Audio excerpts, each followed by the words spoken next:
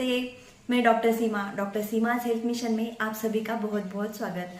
दोस्तों, आज हम अर्थराइटिस यानी गठिया क्या है, इसके क्या प्रकार, इसके क्या लक्षण, कारण और प्रिवेंटिव मेजर्स हम क्या लें, इसमें डाइट कैसा रखें, इसमें क्या ना करें, क्या करें और इसके लिए इलाज के बारे में डिटेल चर्चा होने वाली है। तो वीडियो एंड तक ज़रूर देखें। और डॉक्टर सीमा हेल्थ मिशन में अगर इसको आपने सब्सक्राइब नहीं किया होगा तो आज ही तुरंत कर दें, ताकि ऐसे ही यूज़फुल इंफॉर्मेशन हेल्थ के बारे में टिप्स आपको मिल सके। दोस्तों, अर्थराइटिस यानी हिंदी में उसको गठिया, मराठी में संधिवात या संधिशोथ भी कहते हैं। इसमें जोड़ जैसे कंधे है, कुल्ले है, कोहनी है, घुटने हैं और शरीर के कई सारे अंग और कई सारे जोड़ इसमें प्रभावित होते हैं और इसके कारण चलने की गति कम हो सकती है और डे टू डे एक्टिविटी उससे प्रभावित हो सकती है। दोस्तों, ये मध्यम आयु से लेकर बुजुर्गों में इसकी समस्या अधिक है और महिला में इसका प्रमाण पुरुषों से काफ़ी अधिक है। दोस्तों, इसके ऐसे प्रकार है जैसे एंकोलाइजिंग स्पॉन्डिलाइटिस है, अर्थराइटिस है, रूमेटॉइड अर्थराइटिस जो ऑटोइम्यून डिसऑर्डर भी उसको कहते हैं, गाउट है, septic arthritis, psoriatic arthritis, thumb arthritis और कई सारे प्रकार हैं। दोस्तों, मोस्टली ये जो गठिया है उसमें जोड़ जो प्रभावित होते हैं और जोड़ों में जो हमारे कार्टिलेज होते हैं, एक सॉफ्ट टिश्यू जो ऊतिका होती है, वो जोड़ों को हमें अच्छे से चलने के लिए या जब हम चलते हैं तो जो प्रेशर जॉइंट पे आता है, दबाव आता है, तो शॉक अवशोषित करते हैं और हमारे जोड़ों को वो बचाते हैं। पर जब हमारी प्रतिरक्षा प्रणाली जैसे इम्यूनिटी उन्हीं कार्टिलेज, नरम कार्टिलेज के ऊपर हमला करती है और उससे साइनोवियम जो है वो प्रभावित होता है। साइनोवियम क्या है दोस्तों? जो लिक्विड बनाता है, साइनोवियल फ्लूइड, जो उस टिश्यू को पोषण देता है और शॉक एब्जॉर्ब करता है और एक जोड़ों को एक चिकनाई मिलती है। लेकिन प्रतिरक्षा प्रणाली उसी ऊतकों को या टिश्यू को हमला करने की वजह से ये साइनोवियम प्रभावित होने के कारण उसमें जो चिकनाई है वो कम हो जाती है और कार्टिलेज की मात्रा कम होने के कारण जोड़ों में सूजन, दर्द, जकड़न और जो प्रभावित अंग है वो लाल पड़ता है। तो दोस्तों, इसमें लक्षण जो है कि एक तो चलने फिरने में बहुत ही दिक्कत आती है, दर्द रहता है, जकड़न रहता है और उसके कारण जो है सेप्टिक अर्थराइटिस जो है वहाँ पे इन्फेक्शन के कारण, जोड़ों में चोट लगने के कारण अर्थराइटिस होने के चांसेस है और कई सारे प्रॉब्लम्स आ सकती है, जैसे कि कंघी करना, सीढ़ी चढ़ना या सीढ़ी उतरना, ज़्यादा चलने में दिक्कत होना, ऐसे कई सारे प्रॉब्लम आते हैं।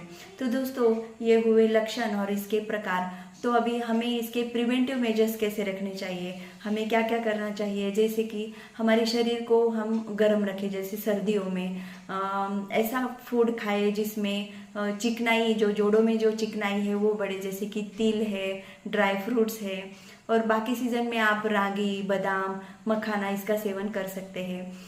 तेल से मालिश करें सर्दियों में, जैसे सरसों का ऑयल है उसमें लहसुन, अजवाइन और थोड़ा सा मेथी दाना उसको डालकर पकाकर शरीर को जहाँ जहाँ प्रभावित अंग है वहाँ पे आप थोड़ा सा मसाज करें तो आपको आराम मिल सकता है। दोस्तों, इसमें जो है आप विटामिन डी का सेवन भरपूर कीजिए, क्योंकि जब तक आप पर्याप्त मात्रा में विटामिन डी आपके शरीर में नहीं होगा तब तक कैल्शियम आपके शरीर में पचेगा नहीं।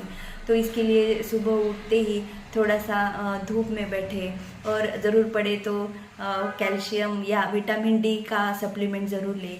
कैल्शियम रिच फूड खाएं, जैसे कि ड्राई फ्रूट्स है, फ्रूट्स है, उसमें तिल है, मूंगफली है, बादाम है, अखरोट है। ड्राई फ्रूट्स में कैल्शियम अच्छा है दोस्तों, पनीर है, दही है, ऐसे कई सारे फूड है जिसमें जो कैल्शियम है तो उसका आप सेवन करें। दोस्तों, वज़न ना बढ़े, ऐसे मतलब योग, एक्सरसाइज, हल्का हल्का वॉक कर ले तो आपका वज़न ना बढ़े। वज़न बढ़ने से भी जोड़ों पर प्रभाव पड़ता है, दबाव आता है और उसके कारण जोड़ों में दर्द रहता है और दर्द रहने के कारण इंसान चल नहीं पाता है, उसकी एक्टिविटी कम हो जाती है और फिर से चल नहीं पाता, एक्टिविटी कम हो गई तो और वज़न बढ़ने लगा और फिर दर्द, जॉइंट में दर्द चालू हो गया। ऐसे कई सारे पेशेंट्स होते हैं।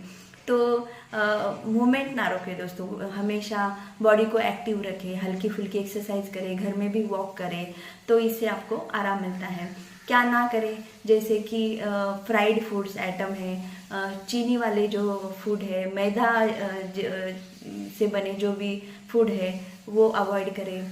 ज़्यादा मतलब तेल मसाले तीखे पदार्थ कम खाएं, जिनकी वजह से इन्फ्लामेशन जैसे सूजन का वो कारण बन सकती है।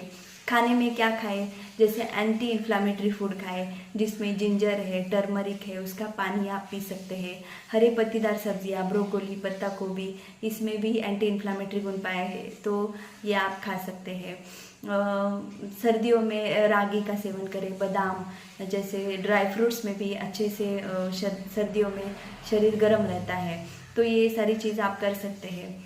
दोस्तों, इसके लिए अगर हम डायग्नोसिस करना चाहें तो उसके लिए RA फैक्टर की टेस्ट होती है, कैल्शियम विटामिन डी की टेस्ट होती है, और जॉइंट अगर उसमें प्रॉब्लम्स हो रही है तो CT स्कैन, MRI, अल्ट्रासाउंड ऐसे टेस्ट करके आप देख सकते हैं। दोस्तों, अगर ज़्यादा ही आपको प्रॉब्लम हो रही है, जैसे यूरिक एसिड शरीर में अगर काफ़ी बढ़ता है तो वो जॉइंट में डिपॉजिट होने लगता है, और गठिया और जो कि वहाँ पे सूजन रहना या बहुत ही ज़्यादा दर्द करना, ऐसे सिम्टम्स आते हैं। गाउट उसको बोलते हैं।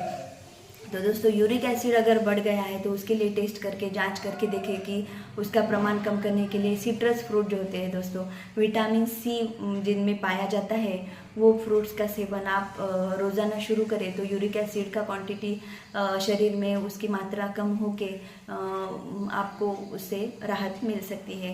तो दोस्तों, होम्योपैथी में भी आर्थराइटिस के लिए काफ़ी अच्छी मेडिसिन्स है, और जो सिम्टम्स है, लक्षण है, उसके लिए तो होम्योपैथी काफ़ी अच्छा राहत देती है।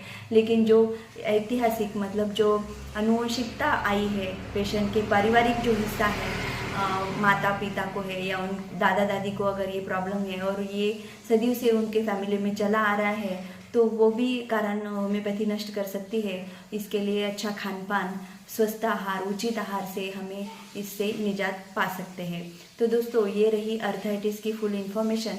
लेकिन कंसल्टेशन के लिए आपको सीमा होम्योपैथी क्लिनिक अगर विजिट करना है तो 9764749456 इस नंबर पर ज़रूर संपर्क करें और डॉक्टर से कंसल्ट करके जांच करें। तो दोस्तों, डॉक्टर सीमाज हेल्थ मिशन का ये मिशन मतलब लक्ष्य है कि सबको राहत मिले, सबको साइड इफ़ेक्ट के बिना ट्रीटमेंट मिले और सब स्वस्थ और तंदुरुस्त रहे।